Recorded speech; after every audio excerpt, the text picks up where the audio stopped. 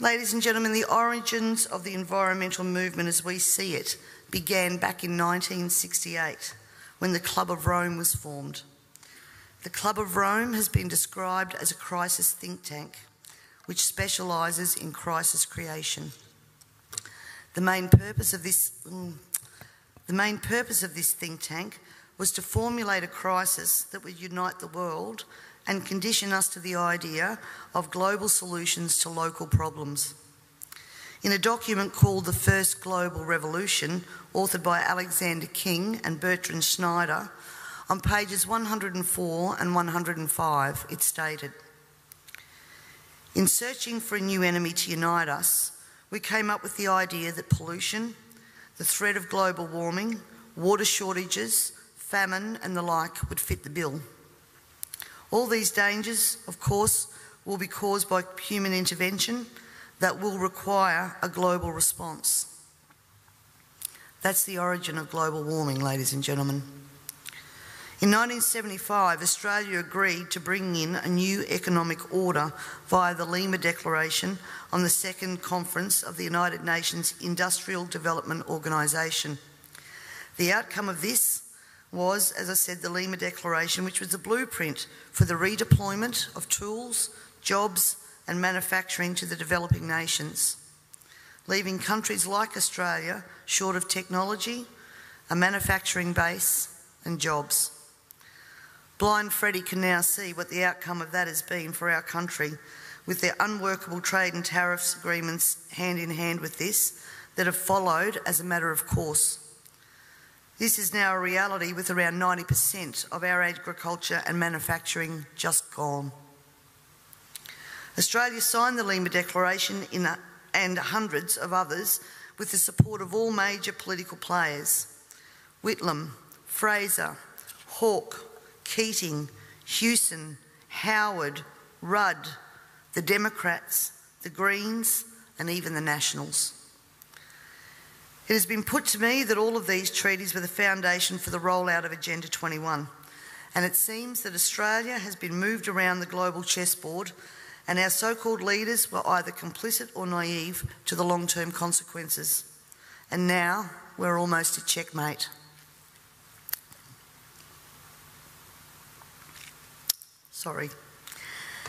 In 1992, former President of the United States, George Bush Sr. said, "Effective execution of Agenda 21 will require a profound reorientation of human society, unlike anything the world has ever experienced.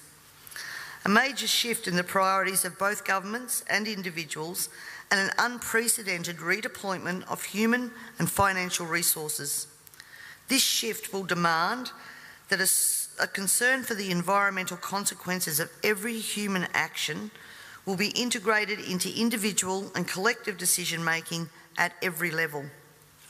Cutting through the code, I want everyone to consider what the words "profound reorientation of all human society" and "unprecedented redeployment of human and financial resources" actually means. For everyone here tonight not familiar with Agenda 21, I would suggest that this is the beginning of your learning curve, not the end.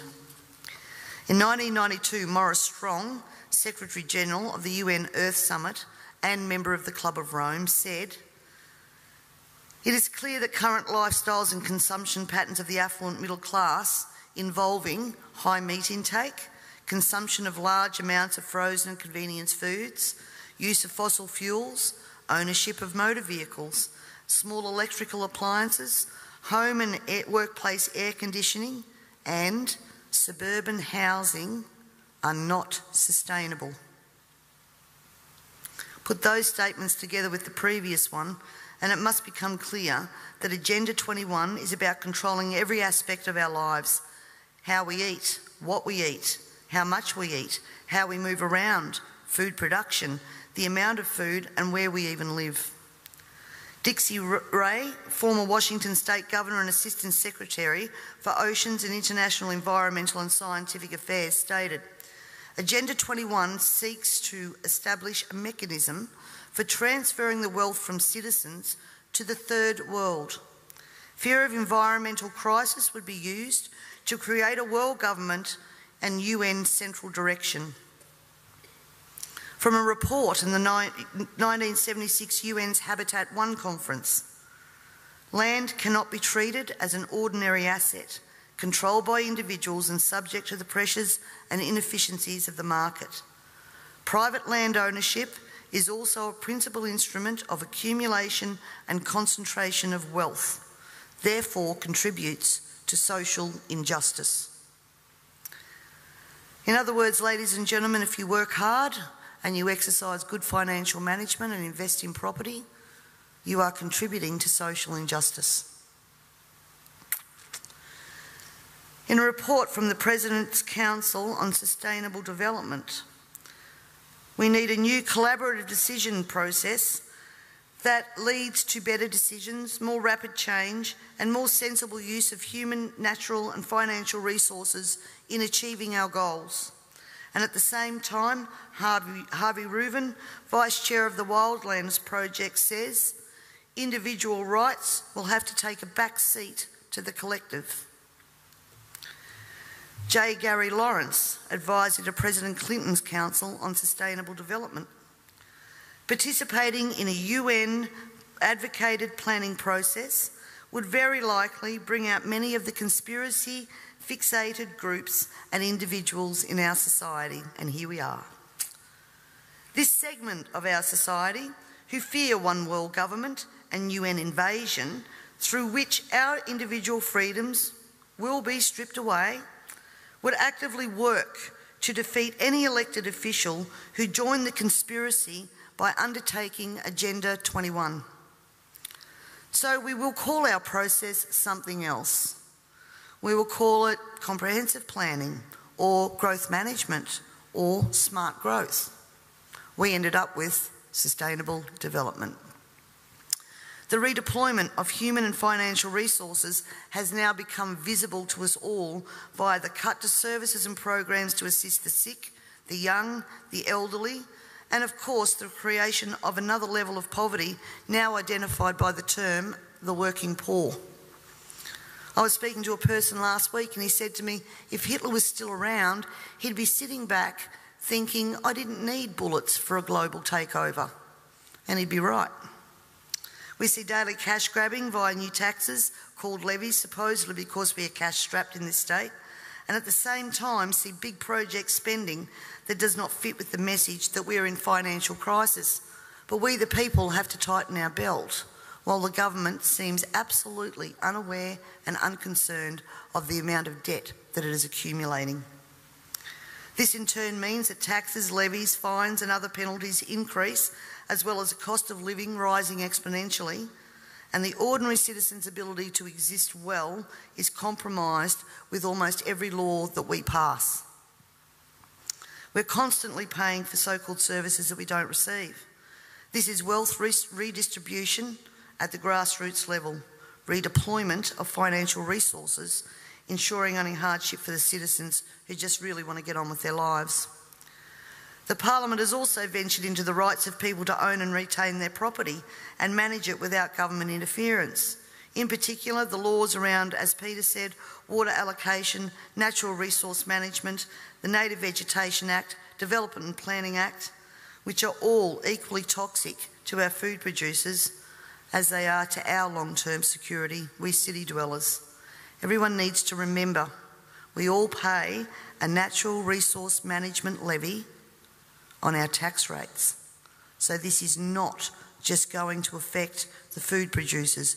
The intrusions into our property that Peter was talking about that land producers are going through will roll out into the suburbs and into the city because they have the authority to do that.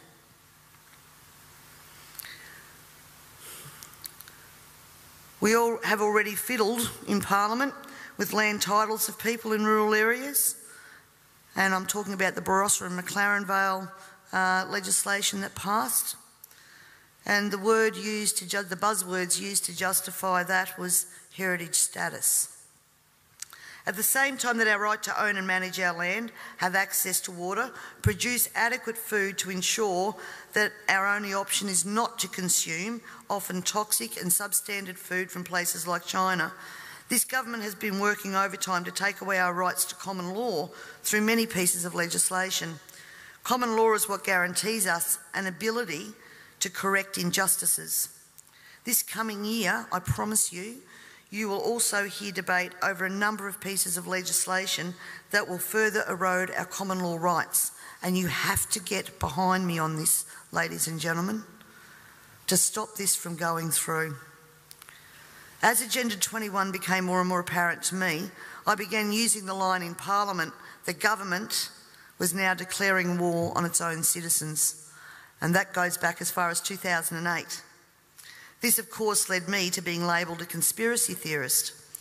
But here we are now, openly talking about Agenda 21 and the ramifications we will see in a short period of time if this is not stopped in its tracks. Let me just say that I often hear we cannot stop what is happening. Two-party preferred system, vote Labor, vote Liberal, what does it matter?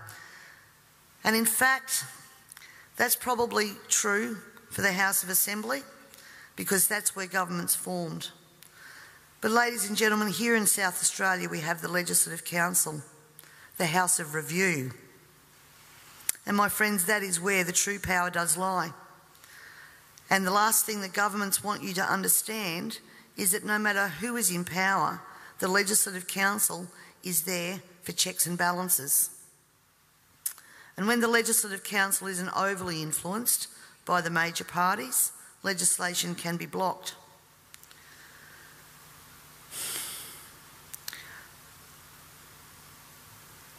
Remember, on most of these policies that I've spoken about here today, there has been bipartisan support for everything that has gone through. When the major parties join together, then the crossbenchers and minor parties, basically our vote is null and void. The way to avoid that is to make sure that when the major parties do join together, they don't have the numbers. For way too long now, we the people have been asleep at the wheel, and it is time to wake up and participate in the democratic process. And to do that, you need to understand the parliamentary and political system that you are trying to rein in. In 1972, the Club of Rome published the alarmist Limits to Growth document, warning of worldwide overpopulation, the need for sustainable development. This was the beginning of the slow process of social engineering and programming people to accept that the planet is struggling to sustain life. On the 8th of October 1973, the New York Times reported a quote from Ted Turner, also Club of Rome. The social experiment in China under Chairman Mao's leadership is one of the most important and successful in human history. In 1987, Mikhail Gorbachev, also a member of Club of Rome, said, "We are moving toward a new world order, the world of communism, and we shall never turn off that road." He also quoted in 1996 Monetary and Economic Review on page 5, "The environmental crisis will be the international disaster that will unlock the new world order, one world government." In 1992 came the Earth Summit, which produced the document called the Earth Charter. This document was co-written by Maurice Strong, long-time globalist, elitist, member of Club of Rome, and Mikhail Gorbachev. Both Strong and Gorbachev stated that it was hoped that this document would be adopted as the new 10 Commandments, with environmentalism as the new one world religion. Out of this summit came Agenda 21. Ted Turner, who was also a member of the Club of Rome, was quoted as saying in 1996, "The total population of 250 to 300 million people is ideal. That means a reduction of 95% from present levels would be even more ideal." Anyone who abhors the China one-child policy is simply a dum-dum. In 1998, the Baltimore Sun reported on July the 7th, most of Ted Turner's first donation to the UN of $22 million went to programs that seek to stall population. Another goal of the depopulation process is that the upcoming generation will submit to sterilisation to save Mother Earth.